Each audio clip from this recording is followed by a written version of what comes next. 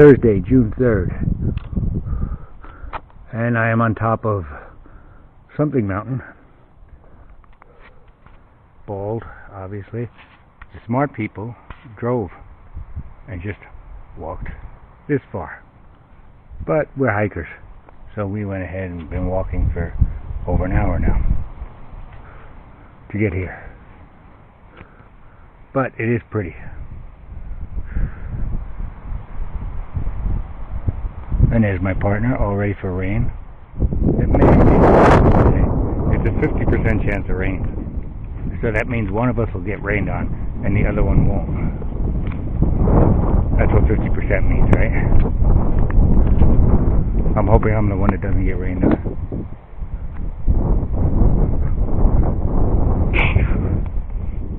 I've got my rain gear with me. I can put it on when necessary, but I'm not putting it on until then.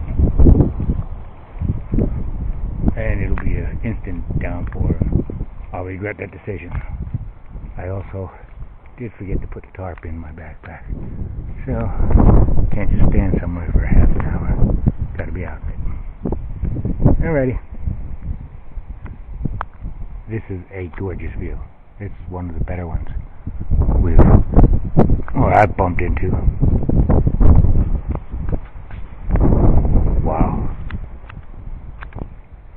And as always, I'm sure the camera is not doing it any justice. Well, hell, this looks like a really good campsite. Look, it's all level, and it's got great ground rocks for drainage. Looks like a fantastic place to set a tent up. And I don't think there'll be anyone else setting up next door, so I'll have the whole place to myself. These are the railroad tracks that I showed you yesterday, only from the other side of the river, because I'm on the north side. Because today what we did was we walked back. We got dropped off 12 miles north of the hostel and walked back.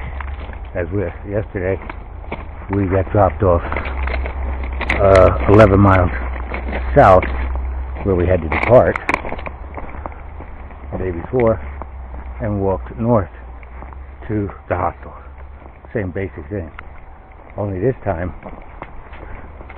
when we got here, we weren't waiting for a ride, which was very nice on both accounts.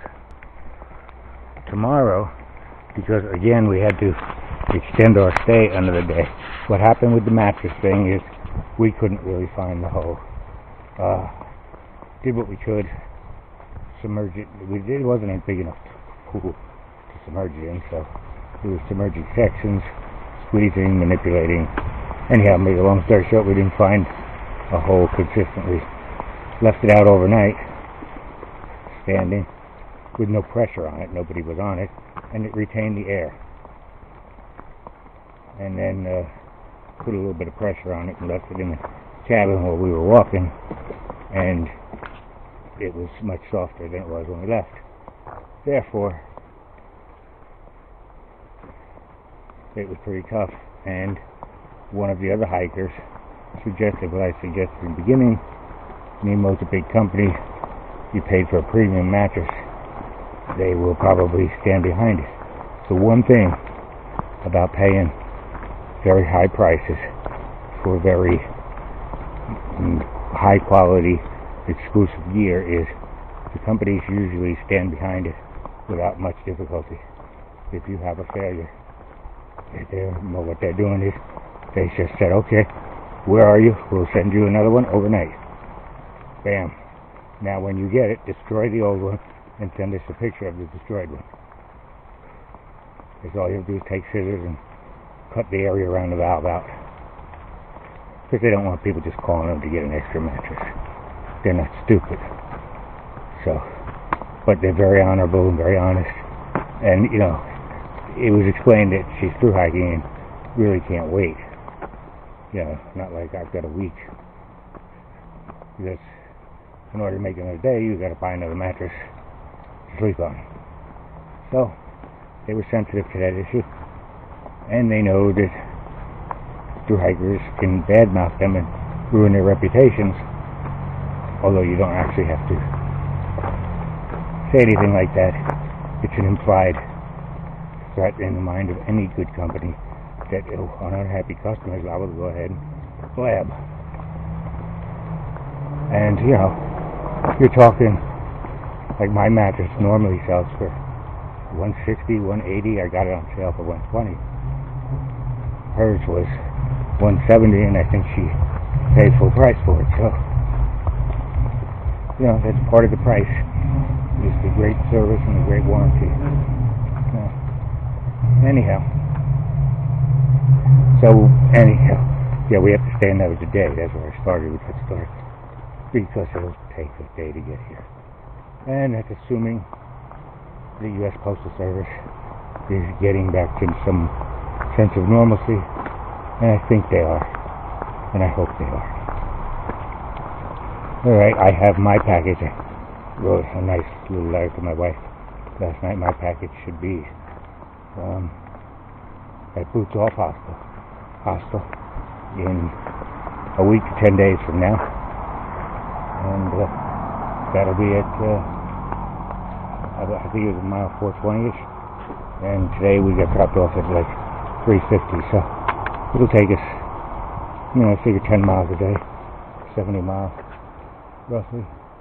That should do it. And I just came out of the woods, and I'll give you a look around. The first thing I see is a church. That's not the first thing I saw when I woke up after the operation. First thing I saw was a drop ceiling. And let's see. Signs. Good afternoon.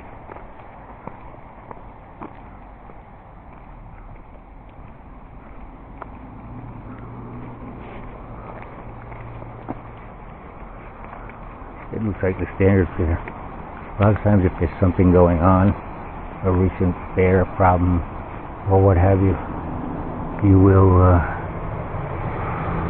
see a paper thing written up and tacked on there saying there's been a problem at such and such a site.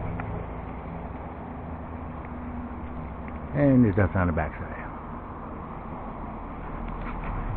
Pretty dull backside. I didn't notice that on the map before. Love Station. Tennis players here.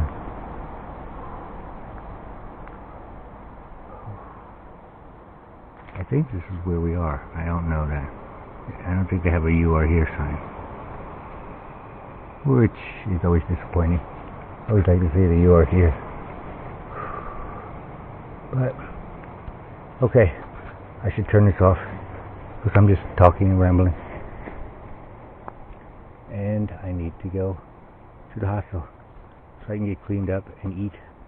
I missed the bus, the Walmart bus, but I can send a message to Ricky and she'll pick me up a couple odds and ends, I'm sure.